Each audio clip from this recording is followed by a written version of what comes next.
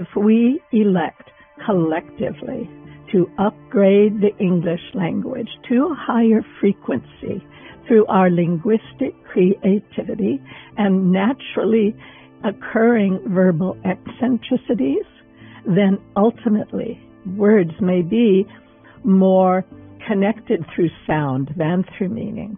I think the language was salted with contradiction, and so interesting. I recently came across a quote, but it's by the Greek general and historian writing about the war between Athens and Sparta, and he said the greatest horror of all was the corruption of the language. And Confucius said the first thing he would do if given charge of the administration of a country would be to correct the language. Yes, I think it's time to become more aware, to find more of these sacred passwords. One of my favorite I've used, and to be truly beautiful is to be beautiful. There is nothing as exquisitely beautiful than a whole being who is true to who they are.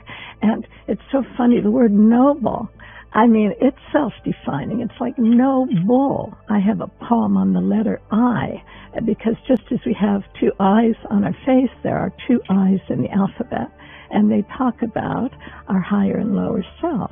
The yo-yo effect. Let's look at the word coincidence, and what it's saying is a coincidence, and we don't know what is the force we're working in because we're so ignorant.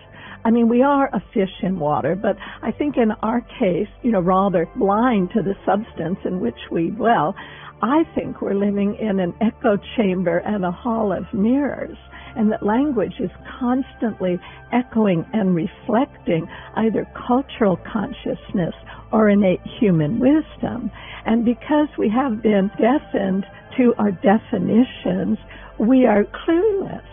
And yet the language is constantly echoing and reflecting, talking back to us. The word oblivious to the obvious, the only thing that separates them is a lie, L-I. In all our efforts to heal our psyche and raise consciousness on the planet, we have all but overlooked the very instrument of conscious thought and communication. Yet our forked tongue English language, which is the leading software of the Western mind, is itself in great need of retuning and upgrading.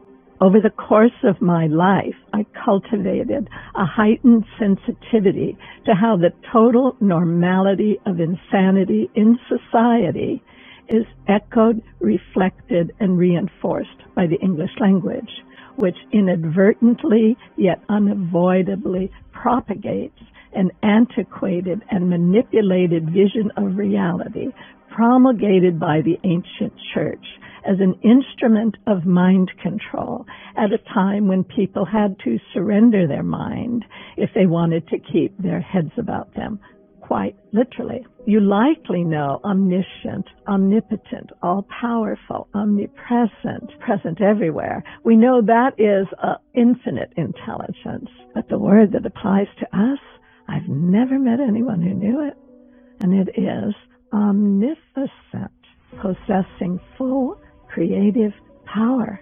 And someone said to me, "Oh, I'm not creative." And I said, well, we've already demonstrated as a species that we have full destructive power. So the opposite has to be true. And we have the power of the word, which has been a very overlooked power. But Ken Burns, the documentarian, said it's the most powerful force, I believe, on earth, the English language. And the English language is the language of the birds, this mythic language, that the possibility of speaking and having the lag time between pronunciation and experience kind of evaporate or fall into divine timing rather than you keep tripping over your tongue, contradicting yourself or, letting yourself have a verbal outburst at somebody in order to relieve the pressure of the upset. Only you're stuck with that nasty taste in your mouth, deaden your sensitivity. I mean, these things are so alive in us, and they are vital creative forces. And I'll become clearer and clearer of the programming, the stuff that gunked up the system, so that we have no impediments to the full expression of divine aliveness, that we use the word to communicate with others. I like the word communication. We have the word thought. People don't notice there's also the word mentation. I mean, the language is playing us. It's like we're in a big organ. I'm going to find what my own rhythm is. Whoever holds the highest intention holds the highest frequency. There's this evolutionary impulse now to come together as a superorganism, and where every person is themselves to the fullest, sounding their singular note in the universe, contributing something that no one else can, that creates a universal harmony that lifts life for everybody. That's one vision. I call that the real commonwealth. The other vision is called herd mentality. Let's see if we can herd these people like ants. And there's even myrmidons is a word. They're like soldiers, like ants, following orders. Some people who are sick on the illusion that wealth, sex, and power is going to bring them anything that satisfies their soul.